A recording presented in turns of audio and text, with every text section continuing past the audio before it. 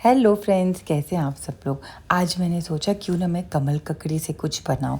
अभी मार्केट में बहुत अच्छी वाली कमल ककड़ी मिली मुझे। हमारे यहाँ पे ना द्वारका में सेक्टर 6 में ट्यूसडे मंडी लगती है हर मंगलवार को, और इतनी बढ़िया मंडी होती है, इतनी अच्छी अच्छी सब्ज़ी मिलती है जो हमें रेगुलर डेज़ में नहीं मिलती, जैसे कि ये कमल ककड़ी। तो सबसे पहले मैं इसे छील लेती हूँ, बिल्कुल हल्का हल्का छीलिएगा। ज़्यादा मोटा छीलेंगे ना तो फिर कमल ककड़ी ख़त्म हो जाएगी। मुझे एक्चुअली आइडिया नहीं है कैसी कमल ककड़ी लेना चाहिए, पर मैं कोशिश करती हूँ थोड़ी मोटी मोटी लेने की, क्योंकि जो पतली वाली होती है ना उसको छीलते छीलते ही वो ऐसे लगता है कि यार ख़त्म ही हो गई, कुछ बचा ही नहीं है। इसलिए मैं थोड़ी मोटी लेके आती हूँ, जितनी हो सके बिना चीरा या लाइंस वैसी लें और टूटी फूटी ना हो। तो बस इस तरीके से इनको हम छील लेंगे और काट लेंगे। मेरे बेटे को ना कमल ककड़ी के चिप्स बहुत पसंद है। गर्मी में वैसे भी ना ये लोग कोई खाना नहीं खाते हैं ठीक से, तो क्या करूं, इसलिए कभी कमल ककड़ी के चिप्स बना लिए, कभी भिंडी के कुरकुरी भिंडी बना के। ये चीज़ें हैं ना 3-4 दिन ईजिली टिक जाती है, और आप लोग इसे लंच में खा सकते हो, डिनर में भी खा सकते हो, रोटी के साथ भी, दाल चावल के साथ भी। तो सबसे पहले मैं बनाऊंगी आज कमल ककड़ी की भुजी।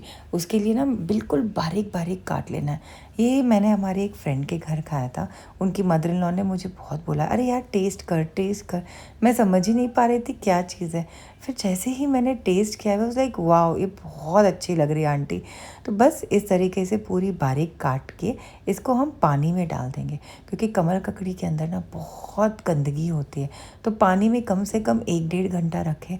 मैं अच्छे से मसल देती हूँ बारीक वाली कटी हुई को, ताकि जो भी गंदगी है वो अलग हो जाए।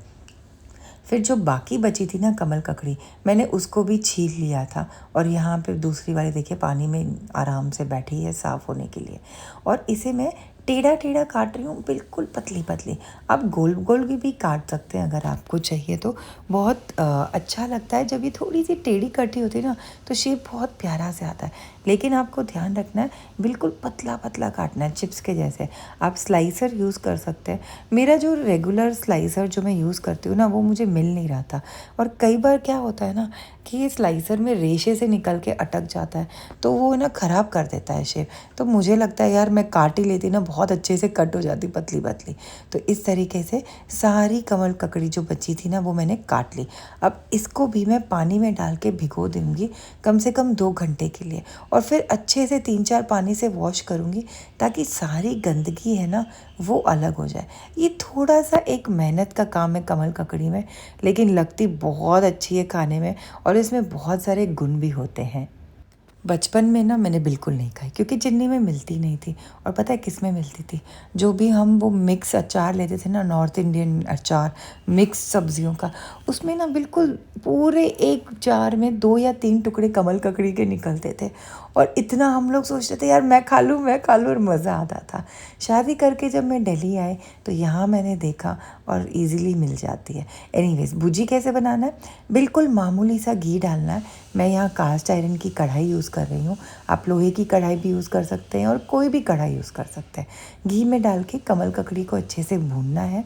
नमक डाल लीजिए, थोड़ी सी काली मिर्च डाल लीजिए, और गरम मसाला डाल लीजिए, बस। और कोई मसाले नहीं पड़ेंगे इसमें। और फिर इसे बढ़िया से हमें भूनना है। करीब करीब 5-7 मिनट के अंदर ये बन जाती है। ये गलेगी नहीं, पर थोड़ी सी कड़क ही रहेगी, और एक बाइट आता है मुंह में जब आप इसे खाते हो। इसे भी आप 2-3 दिन के लिए इजीली स्टोर कर सकते हो। मेरी फेवरेट है ये।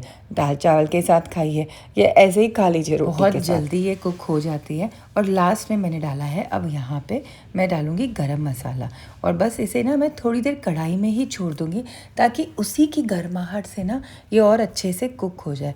फिर मैं इसे निकाल लूँगी। तो अगर आप इसे कास्ट आयरन या लोहे की कढ़ाई में बनाएंगे ना, तो हल्का सा कढ़ाई में अगर आप छोड़ देंगे तो ब्लैक ब्लैक हो जाएगी। तो डोंट वरी, दैट्स ओके। ये तो कोई भी चीज़ जब आप लोहे की कढ़ाई में करते हो ना, तो ऐसे ही होता है। बस ये बनाने के बाद अब मैं इसे निकाल के एक जार में डाल लूँगी। इन द मीन टाइम मैंने सोचा जो बर्तन धोए हुए हैं उनको जगह से लगा लूँ। किचन का काम कभी ख़त्म होता है? बिल्कुल नहीं, कभी हो ही नहीं सकता। अब डब्बा ढूंढ रही हूँ, फिर उसको पहुँचूँगी कि अब मैं ना इसको निकाल के एक डब्बे में डाल देती हूँ और जाली लगा देती हूँ। जैसे ही ठंडी हो जाएगी आप वैसे तो इसे रूम टेम्परेचर पे 1-2 दिन रख सकते हो, पर बेटर है, गर्मी है, बहुत ज़्यादा ख़राब होने का डर है, तो फ्रिज में रखिए। पर मैं पता है क्या करती हूँ, उतनी ही बनाती हूँ जो 1-2 दिन के अंदर ख़त्म हो जाए, और बहुत मज़ा आता है इसको खाने में। तो मैं उम्मीद करती हूँ कि आप लोग इसे बनाएं और मुझे ज़रूर बताएं कि आपको कैसी लगी।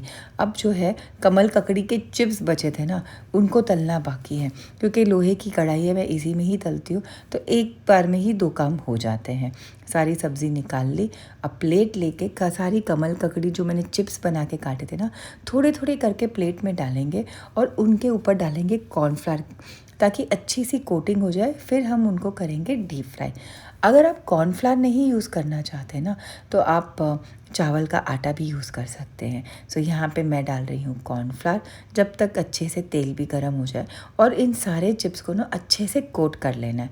धोने के बाद मैंने इन्हें छन्नी में रख दिया था 1 घंटे के लिए, और उसके बाद कपड़े पे फैला के थोड़ा सा साफ़ कर लिया, ताकि एकदम ड्राई हो जाए और आप इजीली इसको फ्राई कर सकते हैं। बस इस तरीके से आराम आराम से मैं एक एक, वैसे तो सारे चिप्स को इकट्ठे करना बेटर है, पर कई बार कुछ कुछ आपस में चिपके रहते हैं, उनको अलग करके कोट करा।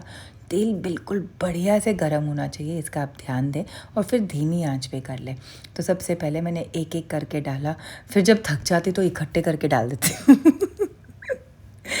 अच्छा, कमल ककड़ी का ये है ना, जब आप इसे डीप फ्राई करें तो बहुत ध्यान दें, ये एकदम से है ना जल भी जाती है बहुत जल्दी। सो मैं इसके सर पे ही खड़े होके करती हूँ। बाकी जैसे हम कुछ डीप फ्राई करते हैं ना, वैसे नहीं है कि भाई छोड़ा 2-4 मिनट और आराम से हो जाए। तो पहले मैं एकदम फुल आंच में करती हूँ, फिर आंच धीमी करके इन्हें कुक होने देती हूँ ताकि पक जाए। सो जब ये इस कलर की हो ना, गोल्डन ब्राउन, तभी निकाल लीजिएगा, क्योंकि जैसे ही ये डार्क होती रहेगी ये कड़वी हो जाएगी और बिल्कुल बेकार हो जाएगी, जिसे आपको फेंकना पड़ेगा। कई बार मेरे साथ भी होता है, अगर तेल कुछ ज़्यादा गर्म है तो कुछ जल गई, देखिए 1-2 पीस जो है वो जल जाते हैं। इनको आप निकाल के तुरंत नमक की कोटिंग कर सकते हो, पर मैं सच्ची बताऊँ, मैंने कुछ नहीं लगाया, क्योंकि मैं सोचती हूँ कि थोड़ा सा और नमक अननेसेसरी क्यों खाना है।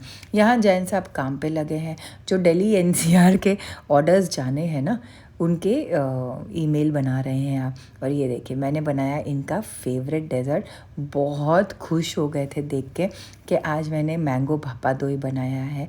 बस यही था कि अल्फांसो नहीं थे, तो मैंने दूसरा आम यूज़ किया, उस वजह से ना आज भापा दोई का कलर थोड़ा लाइट है, और अगर अल्फांसो होते ना तो बेहद मज़ेदार होते।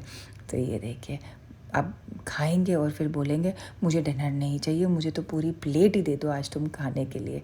देखिए कितने खुश हो रहे हैं, एकदम रस लेके खाना जो होता है ना, वो मेरे हस्बैंड को आता है पेशेंटली, और मैं ऐसे सोचती हूँ ना, यार फटाफट खा लो और भी काम करने। Thank you so much.